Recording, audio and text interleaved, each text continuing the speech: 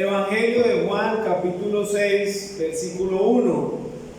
Dice la palabra del Señor: después de esto, Jesús fue al otro lado del mar de Galilea, el de Tiberias, y le seguía gran multitud, porque veían las señales que hacía en los enfermos. Entonces subió Jesús a un monte y se sentó allí con los discípulos, y estaba cerca la Pascua, la fiesta de los judíos. Cuando alzó Jesús los ojos y vio que había venido a él gran multitud, dijo a Felipe: ¿de dónde compraremos pan para que coman estos? Pero esto decía para probarle, porque él sabía lo que había de hacer. Felipe le respondió: 200 denarios de pan no bastarían para que cada uno de ellos tomase un poco. Uno de sus discípulos, Andrés, hermano de Simón Pedro, le dijo: aquí está este muchacho, que tiene 5 panes de cebada y 2 pececillos, mas ¿qué es esto para tantos? Entonces Jesús le dijo: hacer recostar la gente. Y había mucha hierba en aquel lugar, y se recostaron como el número de 5,000 varones. Y tomó Jesús aquellos panes, y habiendo dado gracias, los repartió entre los discípulos, y los discípulos entre los que estaban recostados, asimismo de los peces cuanto querían. Y cuando se hubieron saciado, dijo a sus discípulos: recoged los pedazos que sobraron, para que no se pierda nada. Recogieron pues y llenaron 12 cestas de pedazos que de los 5 panes de cebada sobraron a los que habían comido. Aquellos hombres entonces, viendo la señal que Jesús había hecho, dijeron: este verdaderamente es el profeta que había de venir al mundo. Pero entendiendo Jesús que iban a venir para apoderarse de él y hacerle rey, volvió a retirarse al monte él solo. Hermano, este milagro es conocido, como lo acabamos de leer, como la alimentación de los 5,000, pero si entendemos por lo que acabamos de leer, se contaron 5,000 hombres, sin contar mujeres y niños. Se asume que entre las personas que asistieron allí a escuchar la palabra del Señor, esta gran multitud que lo leemos en el versículo 2, eran aproximadamente 15,000 personas las que estuvieron allí. O sea, el milagro fue portentoso, una gran señal, fue un milagro que no quedó en lo oculto. De hecho, las personas quedaron asombradas del poder del Señor, como lo acabamos de leer en los últimos versículos. Pero quiero que pensemos por un momento no solo en el milagro de la multiplicación, sino en lo que el Señor es. Y es que el Señor es suficiente para nosotros. Hay un versículo que la mayoría recordamos de Génesis 22, que es Jehová que proveerá. En el monte de Jehová será provisto. ¿Se acuerdan cuando Abraham fue allí a llevar a sacrificar a Isaac? Pero hay un versículo, una frase que siempre se repitió, y es que cuando él le preguntaba qué le decía, le preguntaba el hijo al padre, el padre le decía: Jehová se proveerá del cordero. Y cuando allí, después de que el Señor escudriñó el corazón de Abraham, Abraham pudo decir: Jehová proveerá, Jehová es nuestro proveedor. Y esta es la idea que nosotros debemos de tener cuando leemos aquí: nuestro Señor Jesús es nuestro proveedor, nuestro Señor Jesús es suficiente. Jehová es mi pastor y nada me faltará. Pero encontramos aquí en este milagro, como primer encabezado, una gran pregunta y una gran dificultad. En el versículo 5 nos podemos dirigir, como lo leímos en el contexto de lo que está pasando. El Señor llega allí, dice, pasó al otro lado del mar de Galilea, el de Tiberias, y llega allí a este lugar.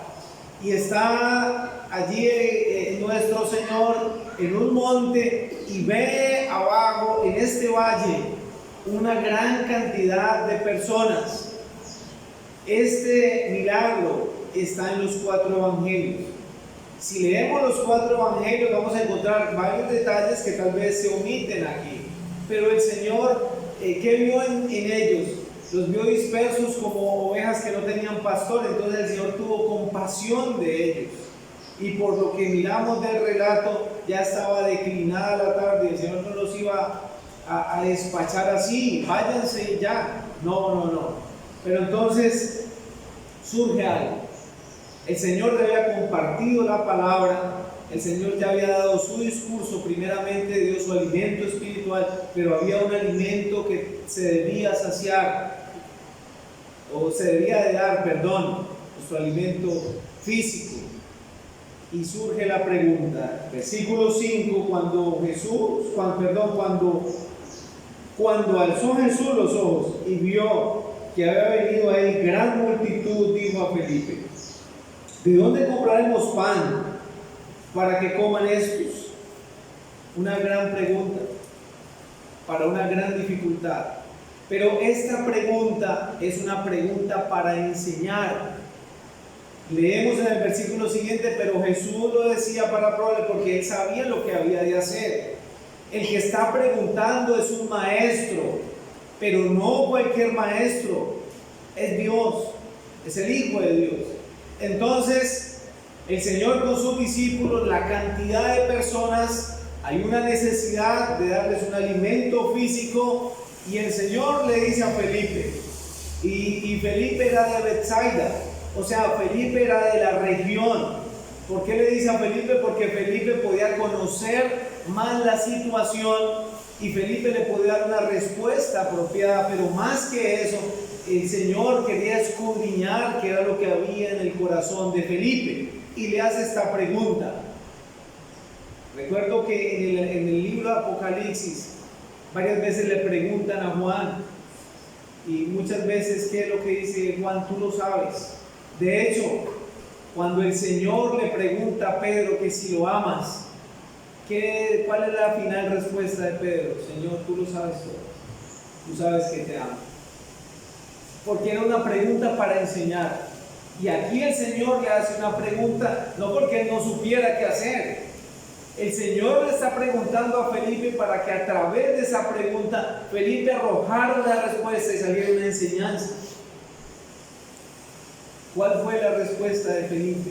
Bueno, hay una dificultad, no hay alimento, hay mucha gente. ¿Qué hacemos, Felipe? ¿Qué hacemos? Cuénteme, dígame. ¿Qué hacemos? ¿Cuál fue la respuesta de Felipe? Tal vez la respuesta de Felipe sería la respuesta que usted y yo daríamos, hermanos. Normalmente. Respuesta de Felipe. Felipe le respondió, versículo 7. 200 denarios de pan no bastarían para que cada uno de ellos tomase un poco. 200 denarios de pan, de dinero. Si se compraran pan, 200 denarios eran estimados como el salario de una persona al año. O sea, no era que ellos tuvieran el dinero, pero si aún se tuviera esta gran cantidad de dinero que era el salario de una persona durante un año y se comprara pan, no alcanzarían, comerían un poco. Es lo que le está diciendo. En otras palabras, lo que el Señor le pregunta y lo que arroja el corazón de Felipe, ¿qué fue? El dinero. Esa fue la respuesta. Necesitamos dinero, Señor, para comprar. Si hubiera, hasta de pronto. ¿Y cuántas veces, por eso le digo, hermanos, nosotros hemos pensado como Felipe? Felipe no tuvo en cuenta quién era el que estaba ahí, que era el Señor, Dios hecho carne, el maestro de maestros. Él no tuvo en cuenta eso. Él se le olvidó quién era el Señor. Y tal vez, hermanos, tenemos que confesarlo. Todo creyente ha pasado, pasa y pasará tal vez. Pero qué bueno que maduremos en eso. En que el último recurso, ¿quién es? El Señor. Primero hacemos gala de nuestras habilidades, o de lo que tenemos, o de las influencias, o de lo que está en nuestra mano, y cuando ya no hay solución, ¿qué decimos? Oiga, ahora sí vamos a orar. oremos, ya no nos queda más, cuando debería ser todo lo contrario. Señor, tú eres el Hijo de Dios, tú tienes la solución. No sé qué vas a hacer, pero tú eres el que puede solucionar esto. Él enfocó su vida en algo material. Y eso nos deja una enseñanza más. ¿Qué hacía la iglesia cuando inició? Hechos 12:5 dice: así que Pedro estaba custodiado en la cárcel, pero la iglesia hacía sin cesar oración a Dios por él. Si ven lo que hacía la iglesia desde el inicio, había un problema en este capítulo de Hechos 12:5. Pedro estaba en la cárcel y la iglesia, ¿qué hacía? No fue a mover influencias, no fue a sobornar, no fue a hacer algo que no fuera la voluntad de Dios. Ellos se reunían y persistían en las oraciones para que el Señor pudiera librar a Pedro. Y hermanos, es lo que nosotros debemos hacer. Había una dificultad, ¿cómo se soluciona esto? Pero qué bueno, hermanos, que cuando tengamos dificultades, no pensemos en nuestras habilidades, ni en nuestros recursos como primera medida, ni en las influencias o amistades, en fin, sino que pensemos en ir en oración. Qué bueno cuando, hermanos, necesitamos, estamos orando por esto, les pido oración por esto. Hermanos, reunámonos, hay una situación difícil, vamos a orar, hacerlo conocer delante de Dios. Es lo que hacía la iglesia. Hechos 2:42, que dice: y perseveraban en la doctrina de los apóstoles, en la comunión unos con otros, en el partimiento del pan y en las oraciones. Primero era el Señor, todo se llevaba a los pies del Señor. Y este principio nos lo está enseñando aquí este relato. Cuando falte algo, hermanos, y yo sé que no vamos a buscar al Señor solo cuando nos falte algo, pero cuando hay necesidad, cuando hay dificultad, la iglesia lo primero que tiene que hacer es ir delante del Señor y presentar la causa. ¿Ellos sabían qué iba a hacer el Señor? Alguno de los discípulos dijo: no, sí, Señor, yo ya sé usted qué es lo que va a hacer, usted va a hacer esto y esto, bueno, los demás milagros. ¿Cierto que no? No lo sabían. Pero a medida que ellos caminaron con el Señor, ellos pudieron entender: no sabemos qué va a hacer el Señor, pero el Señor lo va a hacer. Así de sencillo. Eso es lo que debemos hacer nosotros, hermanos. El segundo encabezado lo encontramos en el versículo 8. Una pequeña acción en las manos del Señor. Versículo 8. Uno de los discípulos, Andrés, hermano de Simón Pedro, dijo: aquí está un muchacho que tiene 5 panes de cebada y 2 pececillos. Mas, ¿qué es esto para tanto? En el momento de la situación, bueno, ¿cómo vamos a resolver esto? Hace la aparición un muchacho. Tal vez era un niño, adolescente, no era un adulto, que normalmente sería lo lógico, ¿cierto? ¿A quiénes se menciona que comieron y fueron saciados? ¿Quiénes eran? Hombres, ¿sí? Pero un muchacho llega aquí con una pequeña acción. Lo más probable era que era la vianda de la comida de él, 5 panes sencillos, de los más económicos, por decirlo así, 2 pescaditos o sardinitas. Era tal vez la vianda que le habían dado para él comer.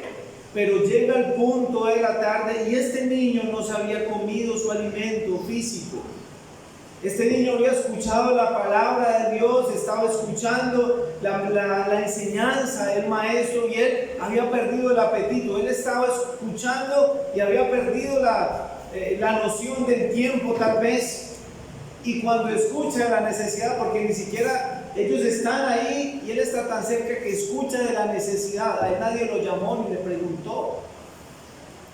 Él simplemente apareció y puso en gratitud de lo que Dios o el Señor en este caso le había dado, lo que él tenía para dar, su alimento. 5 panes, 2 pececillos. Tremenda enseñanza la que nos deja este niño, ¿no? Un niño, un adolescente, se dispuso a dar. Escuché la historia de un hombre, un misionero en África. Me impactó porque él estaba pasando muchas necesidades, tenía allí como un hospital pues muy improvisado y ayudaba a muchas personas. Un joven leyendo un libro sobre la necesidad que él tenía allá, tomó de la despensa de su casa una cajita de medicamentos muy pequeña, era un niño pobre, no tenía recursos, y escribió una carta al general de la aviación: si por favor usted le puede hacer llegar este medicamento a aquel misionero, yo se lo sabría agradecer. Y le envía la carta. Cuando el general de la aviación lee esto, fue conmovido, porque ustedes se imaginan que es mover un avión para llevar una cajita de pastas. Pero este hombre, ¿sabe qué hizo? Publicó la noticia de lo que ese niño había hecho, de esa cartica con esos medicamentos. Y empezaron a llegar donaciones que en ese tiempo llegaron al punto de $500,000. Muchos insumos llegaron, mucha provisión llegó. Este hombre contactó al niño y hizo que llegara con los medicamentos y la provisión allí al África donde este misionero. Un niño, solo un niño, porque se dispuso en las manos del Señor. La pregunta, hermanos, esto nos motiva a servir al Señor. No hay excusas. No hay, es que yo soy muy niño, yo cuando sea adulto. Y cuando estamos adultos, no, ya estoy muy cansado. Si yo fuera joven, sí, serviría. Lastimosamente, el pueblo de Dios omite el dar, omite el servir, omite el estar dispuesto. Miren lo que acabamos de leer. Un niño, un muchacho, ni siquiera se dice el nombre de él, pero esta pequeña acción en manos del Señor fue algo muy grande. Hermanos, el pueblo de Dios en estos tiempos está pasando por uno de los tiempos más difíciles, muy difíciles. El pueblo de Dios no quiere actuar como el pueblo de Dios, no quiere actuar como dice la Escritura. Hablamos de Cristo, no sabemos hasta la Biblia, conocemos de la Escritura, podemos escuchar prácticamente predicaciones a diario, reflexiones, devocionales, las Biblias en cualquier cantidad de versiones, pero es el tiempo donde el cristiano no actúa como debe actuar, no vive el cristianismo, simplemente dice ser cristiano y se menciona como un cristiano, pero sus acciones son diferentes, lo que vive es diferente. El cristiano hoy en día se caracteriza por poco leer, poco orar, por poco congregarse, no le interesa demasiado, simplemente adquirió una religión y cree que eso le va a salvar.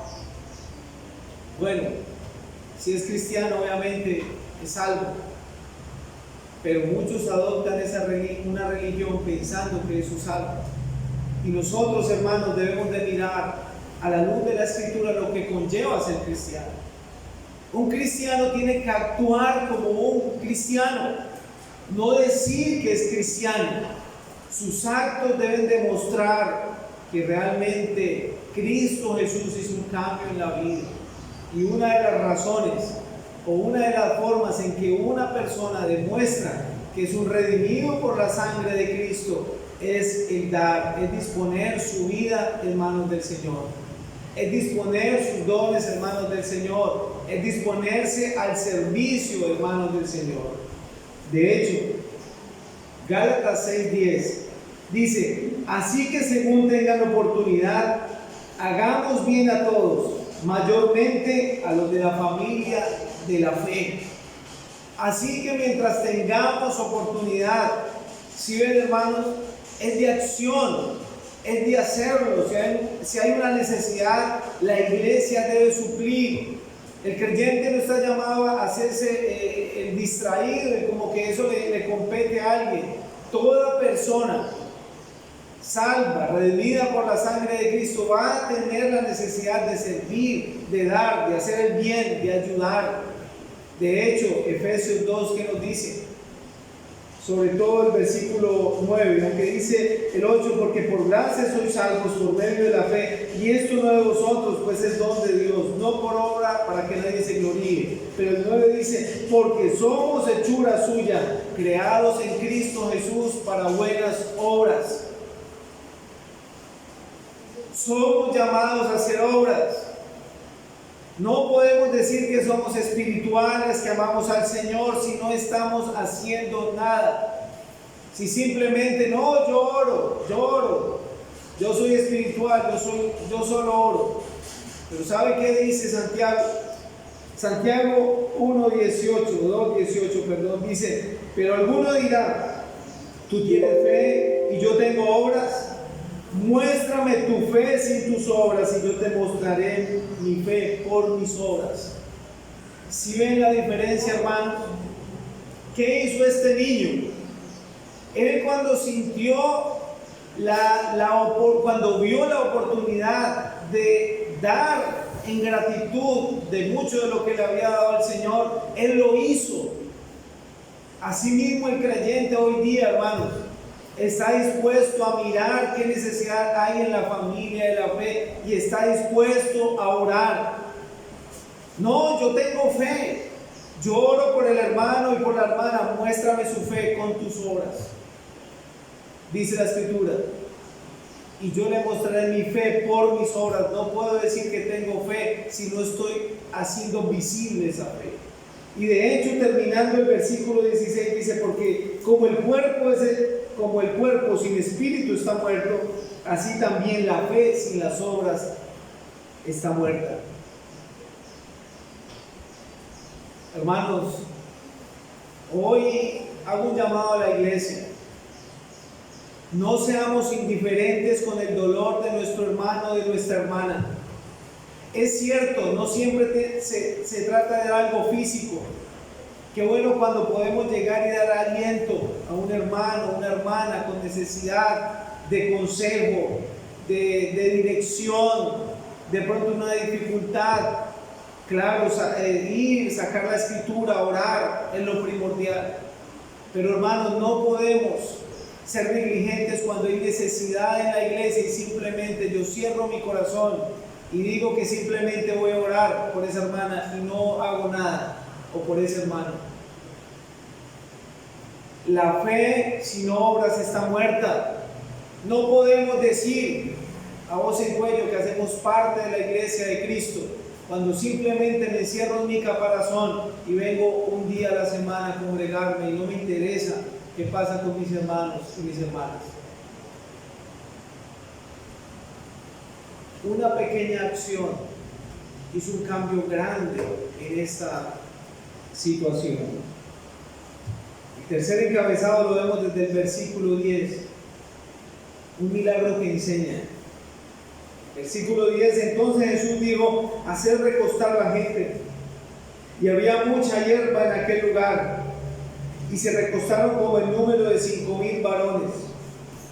Y tomó Jesús aquellos panes, y habiendo dado gracias, los repartió entre los discípulos, y los discípulos entre los que estaban recostados, asimismo de los peces, cuanto querían. Primero aquí dice que estaban sobre la hierba, era el tiempo de la Pascua. Entonces era un momento muy bonito, un lugar muy bonito, porque había hierba verde. El Señor Jesús está allí sobre el monte donde había enseñado. Y si miramos en este mismo capítulo, 2 veces el Señor Jesús está sobre el monte en 2 milagros que se presentan en este capítulo, después de que el Señor camina sobre el mar.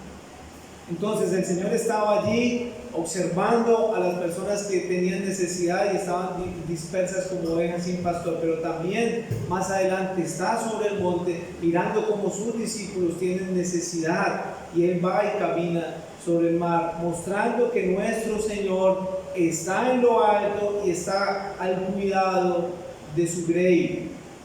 Pero aquí hay dos cosas importantes que el Señor nos quiere enseñar.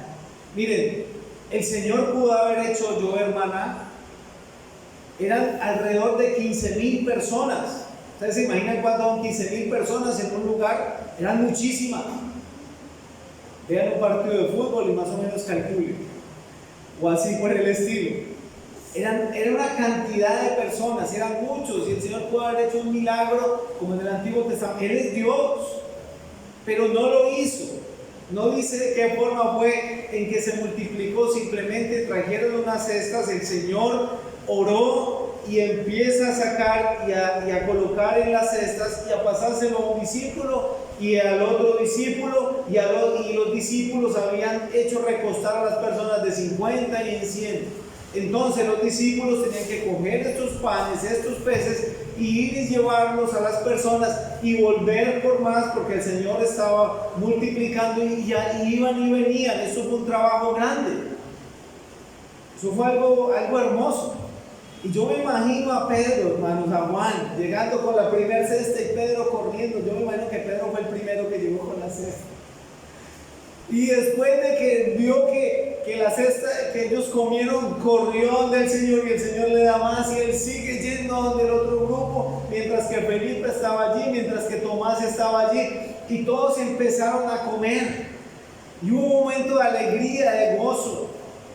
Era un momento, ellos no podían irse así porque ya iba a declinar el día, estaban lejos de la ciudad, podían desmayar hasta por el camino. Pero esa dificultad en un momento empezó a convertirse en un momento de alegría, de regocijo. Todos comiendo, todos saciándose de este pan y de estos peces. El Señor nos enseña primero aquí, hermanos, que debemos de trabajar en la obra, que debemos de bogar para adentro, de que nosotros debemos de llevar ese alimento espiritual a aquellas personas que lo necesitan. Es un trabajo que hay que hacer. El Señor nos encomendó esa labor a los creyentes, personas que realmente tenemos muchos errores, muchas fallas, debilidades, y podemos pensar, Señor, pero ¿por qué no enviaste a ángeles a hacer este trabajo? De pronto ellos no, el Señor nos dio esta labor a nosotros. Tenemos que ir y compartir este mensaje. Pero como segundo lugar, el Señor nos muestra aquí, o nos enseña, que Él es nuestro proveedor y que Él es suficiente. El Señor es mi pastor, nada me faltará. En lugares de delicados pastos me hará descansar. ¿Dónde estaban ellos? En el pasto, estaban allí, junto a aguas de reposo me pastoreará. Estaban junto al manantial de vida, confortará mi alma. El Señor les dio fuerza, primeramente con la palabra, le dio confort y después una fuerza física. Me guiará por sendas de justicia, por amor de su nombre. Eso nos están, hermanos, el Señor es suficiente. Regocijémonos en el Señor. Hermanos, cojamos la Biblia con amor, estudiemos sobre nuestro Señor. Hay muchas cosas que nos pueden distraer y le podemos dar ese lugar, pero es momento de que la iglesia se empiece a deleitar más en el Señor. Imagínense todos ellos comiendo, saciándose, regocijados. Imagínense si ese muchacho llegó a la casa, si los padres no estaban ahí, la madre, y no se comió la vianda, no, madre, es que comí y sobró. ¿Por qué? Porque es que el Señor hizo esto. Y por último encontramos la provisión exacta y suficiente. Versículo 12 dice así: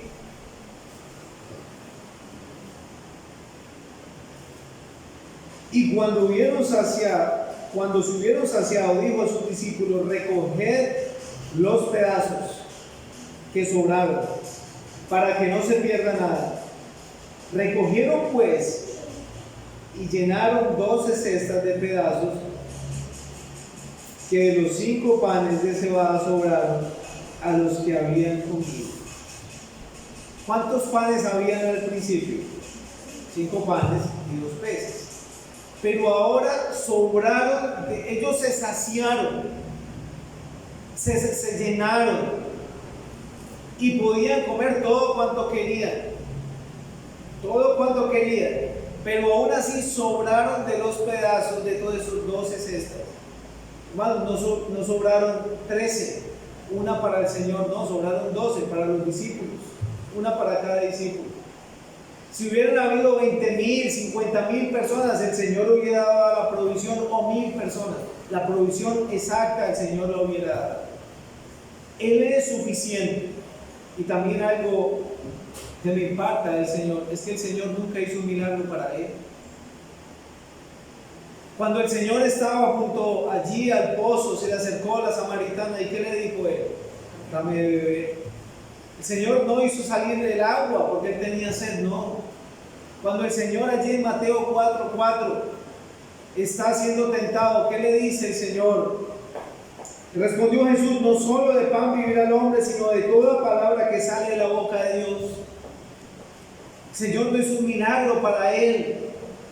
El Señor siempre pensó en nosotros, siempre mostró que Él es suficiente para que nosotros nos saciemos en Él.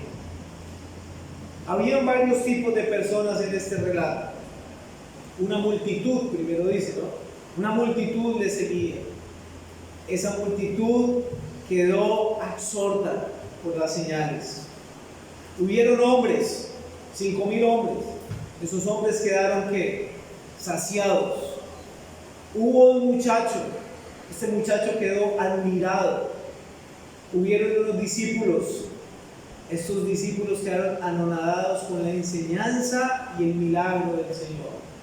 Pero también hubo un maestro aquí en este relato, el maestro de maestros, que nos enseña que Él es suficiente, que vayamos a Él, hermanos, que nos regocijemos en Él, que nos saciemos en Él, que le busquemos a Él, porque si lo tenemos a Él, tenemos todo. Nos pueden quitar todo en esta vida, aún la vida misma, pero si tenemos al Señor Jesús, lo tenemos todo. Él es suficiente.